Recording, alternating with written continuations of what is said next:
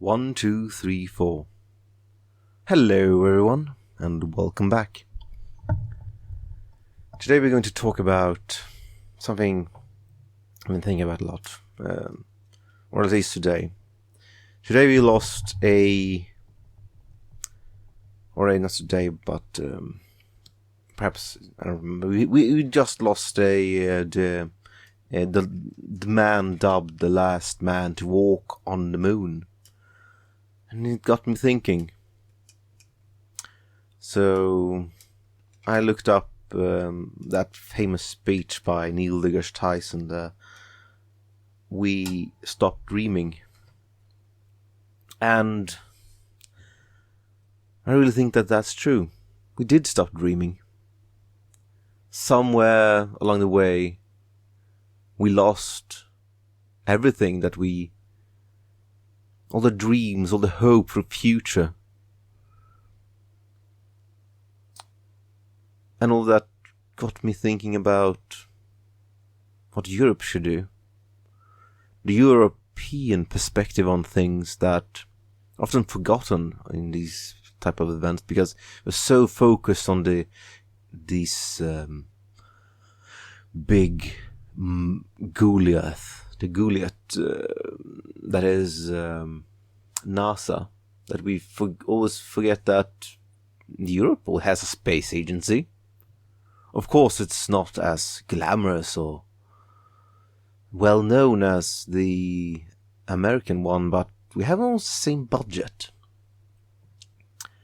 So I thought that, started looking at the statistics of how much we spend on ESA and all of that, and it's quite disturbing. The ESA budget is what is it? Let's see if I can find it. Budget 2016. It's 5,250 million euros. That is not a lot of money. That if you put it into perspective of how much is per capita, per head, it's not much, I think.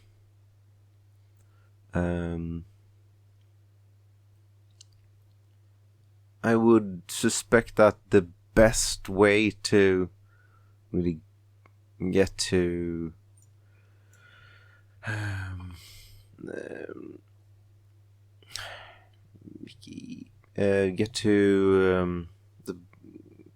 get to Mars fastest, because that is ultimately the goal of everything that we are doing. I hope that is the first stepping stone for humanity is going to be Mars. A mission to the moon is not really a stepping stone. It's more like a jolt out into space and then back again. That's the way I see it, at least. Let's see. European Union spends, the total of the European Union is 1,324.8 million euros. That is not a lot. That is not, if you see that, if you look at the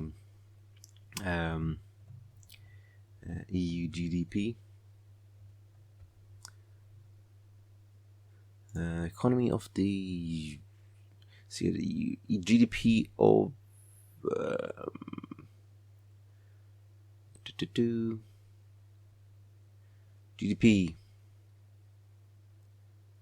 GDP is 17 trillion.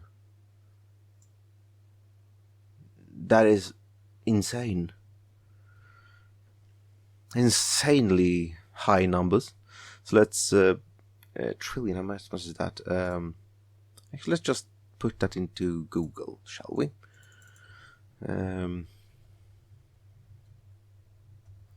million divided by... Oh, that's not even euros. That's USD. That's a problem.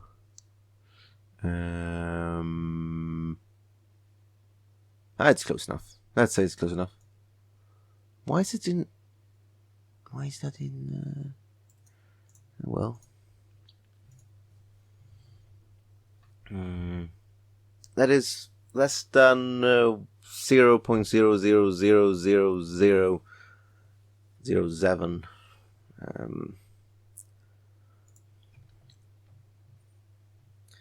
Let's see here.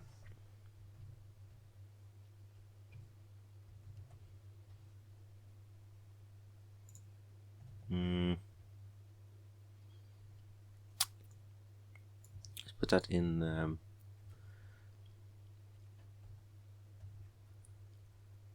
million in USD in euros.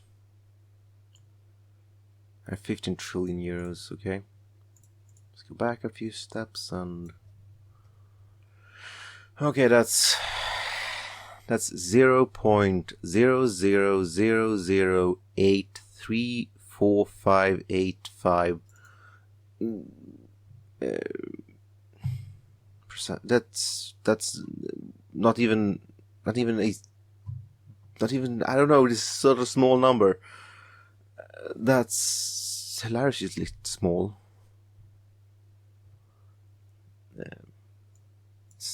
It's 1,000th of a percentage of the GDP of the European Union that the European Union spends.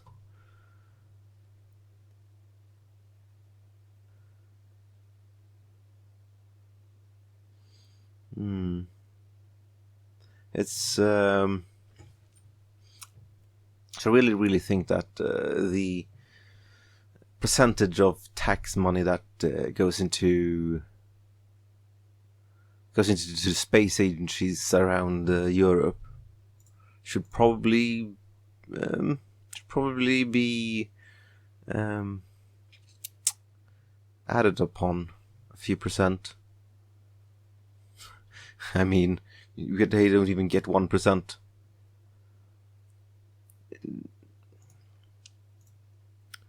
We have such a abysmal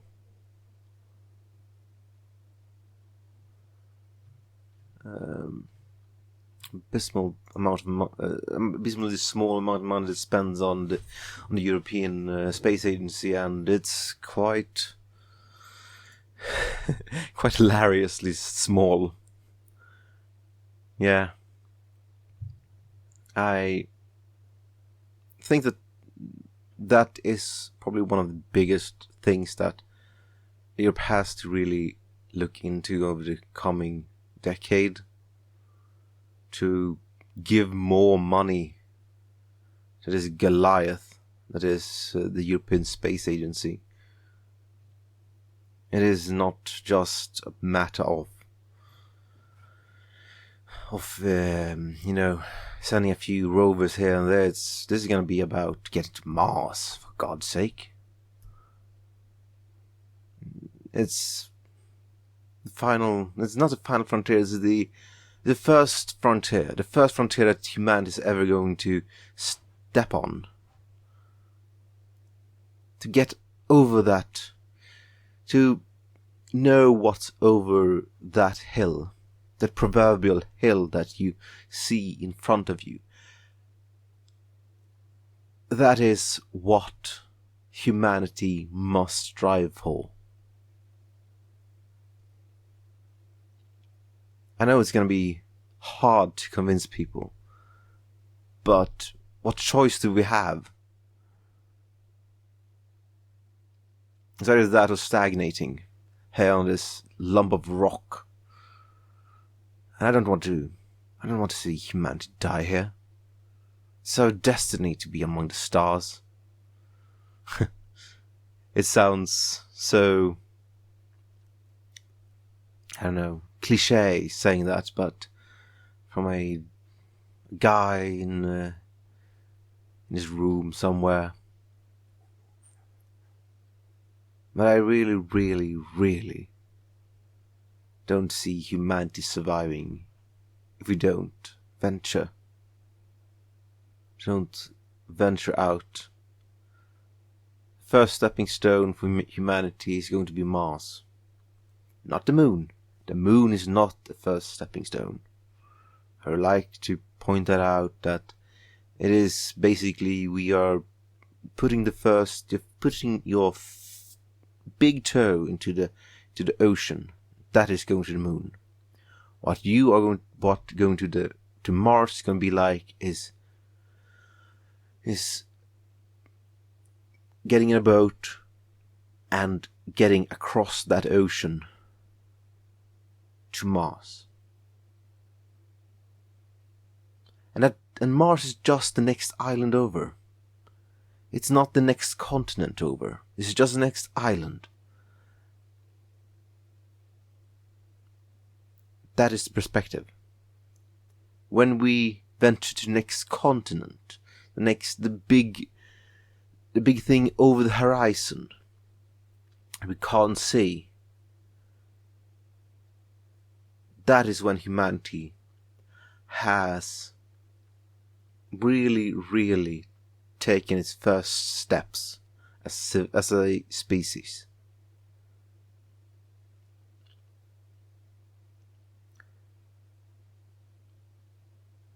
That is the ultimate goal, I think, for humanity.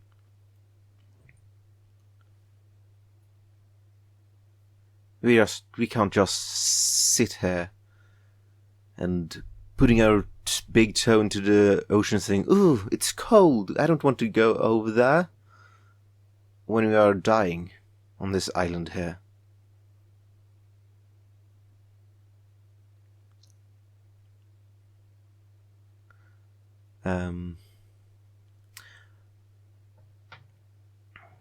Jumping to the next topic, let's talk about the Space One, the Mars One things, and the SpaceX and all that. I watched a little short film on YouTube about never coming back from Mars, and the people are going there, and these people are not sane. I'm sorry, but these don't have the conviction. These don't have the mental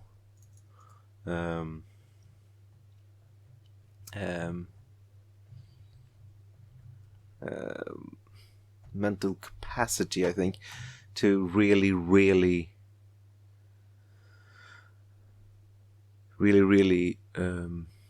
get what it's all about. I think that some of them are glory seekers, basically.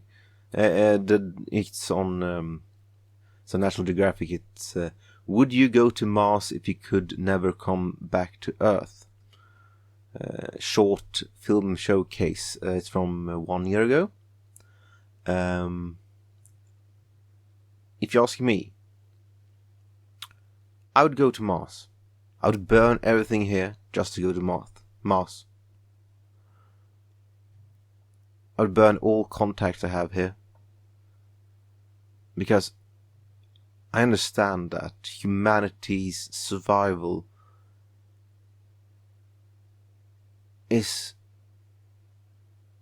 hangs on this small thread that humanity must go to Mars. And if someone would tell me if I get to Mars and say you have to go back to Earth, I wouldn't. I would refuse. I would step out of the airlock without a suit on, because I would never leave that.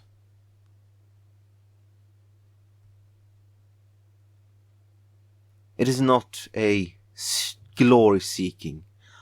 I know that we will probably die in that venture, and we will become legends. But that is not what it's about. It's never about the individual. It's about the venture, the taking that step, those steps necessary to go over that hill, to see what's on the other side of the hill. And even if we fall into a pit on the way and die, it would have been worth it.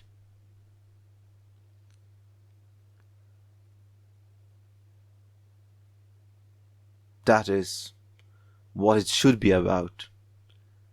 If you don't understand that, you shouldn't be going. Mars is going to kill you.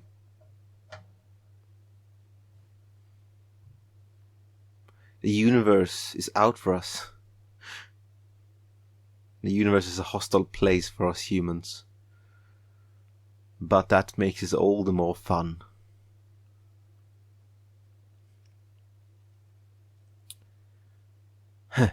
Anyway, I've been babbling on for 16 minutes now. 16 minutes and something. 20 seconds. I think it's time that I stopped this recording and started rendering it. So, have a good one, everyone. And see you next time. My name is Bingi Guzaran. Bye. Ba ba ba bum.